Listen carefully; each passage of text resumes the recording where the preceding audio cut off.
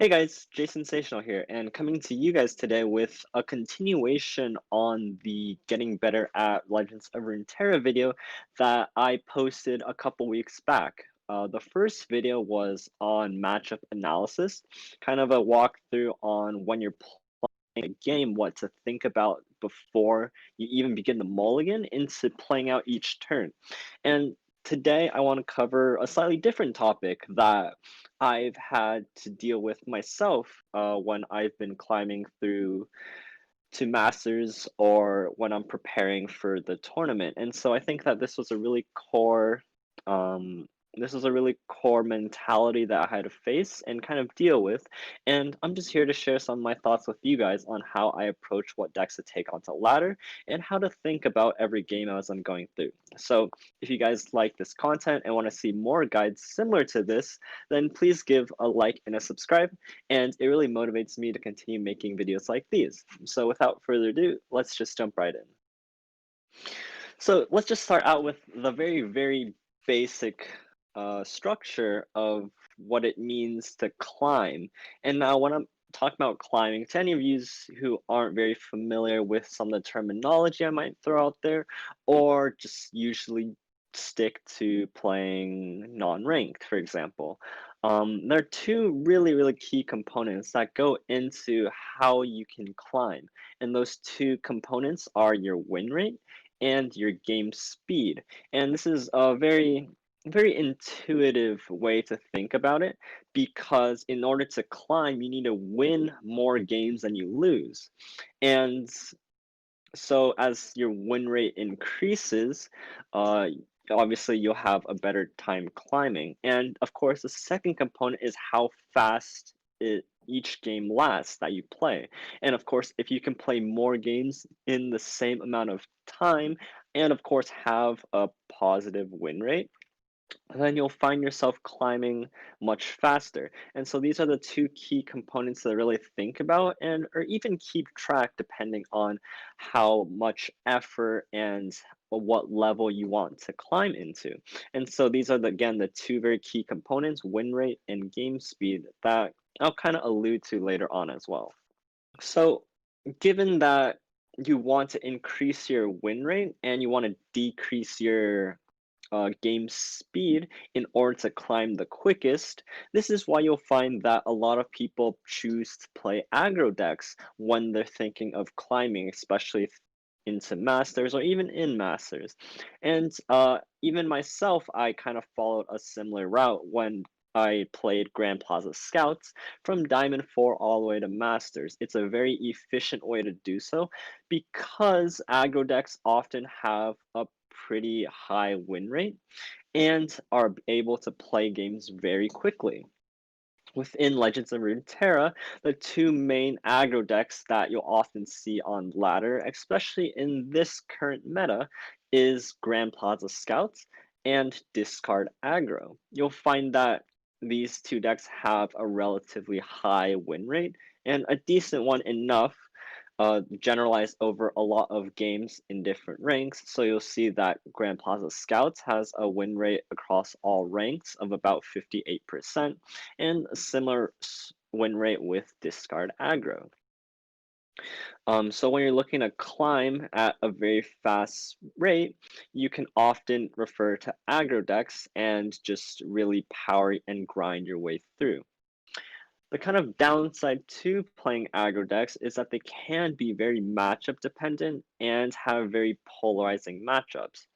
If you're trying to play an aggro deck and queue into a lot of control decks like Ezreal Draven or Feel the Rush, then you'll have a really hard time winning because against a control deck, they have a lot of tools to shut down your aggro game plan. Now, the kind of exception here is for Grand Plaza Scouts because they're more of a draw dependent deck rather than your opponent having all the tools to remove your board, because of just the sheer power level of Scouts having both Grand Plaza and cards like Misfortune.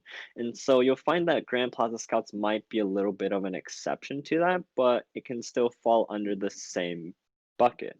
Now, a little bit of my own personal climbing philosophy is that rather than prioritizing how fast you climb by, say, playing an aggro deck, you should prioritize the decks that fit your play style and the decks that you find most enjoyable.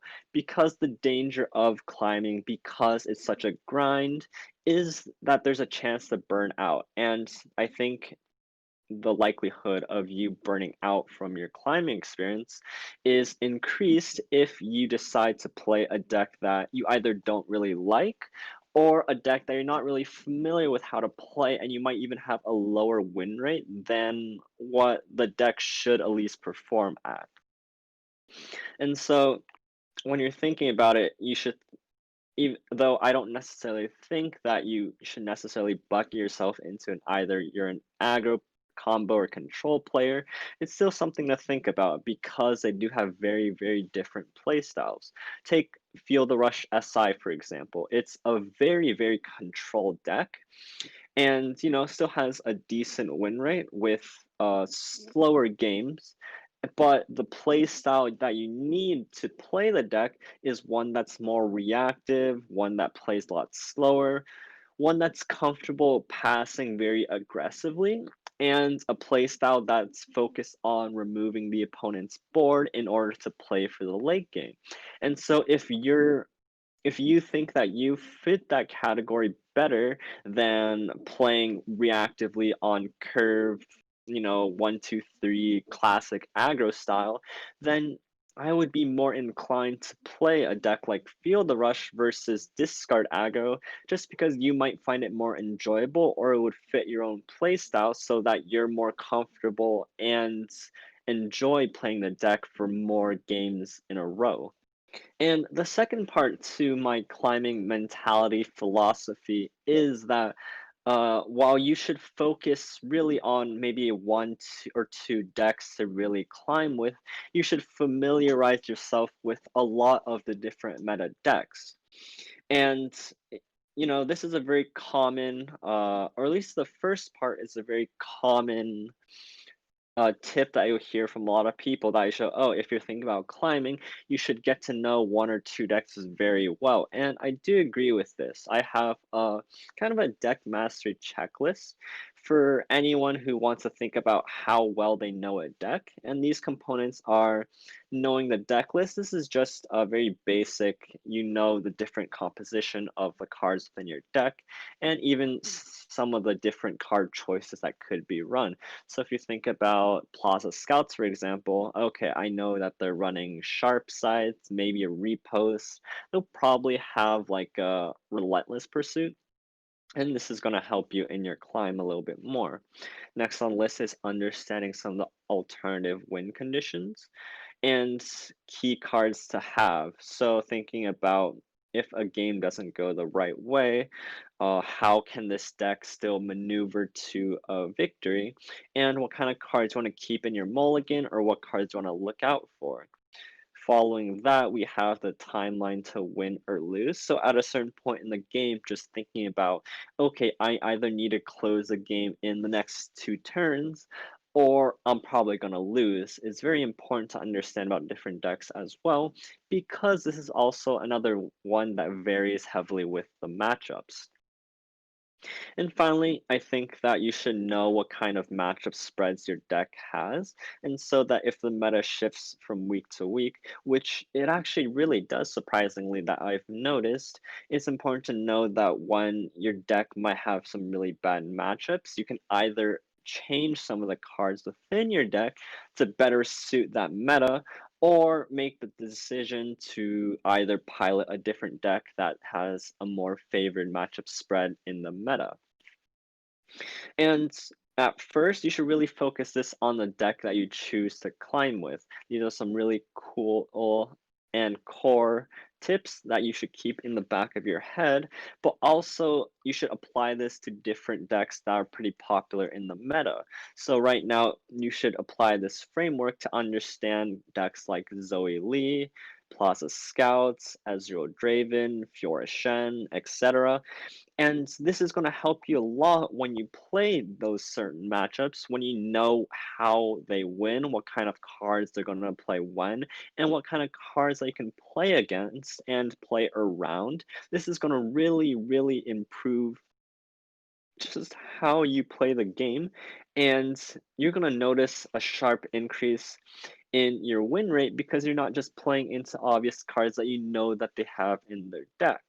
And finally, let's get to the fun part. When you have everything that I've mentioned beforehand under your belt, you have a good grasp of the decks on ladder and in the meta, and you feel comfortable playing with them and against them. This is where you can really diversify the kind of decks you run and start to bring in some off meta decks into your repertoire. So the advantages of bringing off meta decks uh, is the information asymmetry that you bring to your opponent. And this is really crucial because if you've done your homework and you know how the meta decks play out, you'll have a very, very good understanding of how to play against them. But now, if you bring a deck that they might not have played before against, they don't know how to play against your deck. And so just right off the bat, you're already ahead with the amount of information because you know what your deck is, you know how your deck plays out, but they don't. And so they're stuck there thinking, oh, does this guy run X card in his deck? Or, oh, am I safe to play this because he might be running this card that could really punish this play? Is a really powerful mechanic, especially when you're playing on ladder where they don't have a good read of your deck list. Another addition to this is that off meta decks usually serve as a purpose to counter other meta decks. So a good example that I've been playing recently is that if you think about Lee Zoe as a deck, you'll find that the counter off meta counter to that could be like a Timo Sejuani deck or a Misfortune Sejuani deck that has board freezes and vulnerabilities to kind of shut down Zoe Lee Sin's game plan. And finally, I think that off meta decks often are the ones that are more fun. They might either be running wackier combos to target certain decks, or just, have that surprise factor when the opponent doesn't know how to play against your deck, and then you can just really punish them for doing so. And that just leads to some really, really cool instances where you feel rewarded for playing an off meta deck. Some really weird decks that I've run into while climbing and even in Masters was this Draven Twisted Fate deck that just really took me off guard. And when my opponent double visioned on a turn when I thought that I could get away from not blocking his board, I got really punished. Another example is my Zoe Vi deck that I kind of made. Of course, the opponent probably isn't expecting you to run a card like Give It All, and so when you slam it down and they realize that they either can't react to it or they spent their cards when they shouldn't have and should have saved it for this exact moment, that payoff is so much bigger because they don't know what's in your deck. And so, if you do have a good understanding of the meta decks, I really highly encourage you to experiment with some of these more off meta styles. Lastly, I'm just going to go over some laddering resources, just like some tools that I've used myself personally, and I've found very useful in considering either what decks I want to be playing in a certain meta, or how exactly I can tool my decks in order to counter or to help with a few certain matchups. And I have three pretty key tools that I use personally. The first one are the meta reviews that Cosmic Play does, and he posts these on Reddit and Twitter, so you can always find them in different areas. But they're a very detailed breakdown of the decks within the meta, as well as their win rates, play rates, and highlighting uh, the highest played cards within each region, or like or like a deck showcase of a really cool off meta deck that's kind of been performing well. And this can give you a good idea of what the meta is composed of and how exactly you should think about teching your decks. Now, the next two resources I'm going to recommend kind of boil down into a tier list. If you have a better tier list that you either like better, trust the writers of the tier list more, then just use whatever you think works best for you. This could either look as the Mobalytics tier list, or another personal favorite of mine is Swim's tier list. And I know other sites like TLG have their own tier list as well, but it's just a good idea to see what kind of cards go into some of the top meta decks, and how the different meta decks rank compared to each other, so you have a little bit higher understanding as well of what's going on. So just to kind of conclude everything that I've kind of talked through this video, in order to have a good understanding of how you want to climb on ladder, you should take the time to understand the composition of the meta and think about how you can play, either if you choose to climb with these decks, how to play them, or if you're facing them a lot, how to play against them. And by thinking more about these things, you can probably improve your own win rate to, have a smoother climb. But most importantly, of course, you should always have fun when you're climbing. I think it's really important, and probably something that a lot of players might, push off to the side. Is that if you're not enjoying your climb, or even if you're not enjoying playing RuneTerra, either that, makes you lose focus, you're not thinking as hard, and your win rate might suffer, and then you just having even less fun because now you're losing a bunch of games. Or either you're burning out. You should always make sure that you're enjoying what you're doing. And if you aren't, take a break and come back when you're more refreshed. And I think that's a really key tip as well. But if you're starting out, make sure you get the basic understandings of the game. A good recommendation is to start with playing an aggro deck. But if that's not really your play style, you can branch out into trying out some different decks. Oh, am I more of a control deck player? Am I more of a combo deck player? Do I like mid-range decks more? And then finally, once you do have a good understanding of what the meta's like, what kind of decks you like to play in, and that's where you have a little bit more leeway to experience different strategies, or experiment with different deck ideas that maybe the meta doesn't know about and have a good niche window to fit in. So I'm going to conclude the video there. Hopefully it hasn't been too long, and hopefully you guys did find it either insightful or made you think about climbing in a different way, then please let me know in the comments just to know that I've done my job here. But I'll leave it to you guys there. Hope you like the guide videos, and I'll catch you guys next time.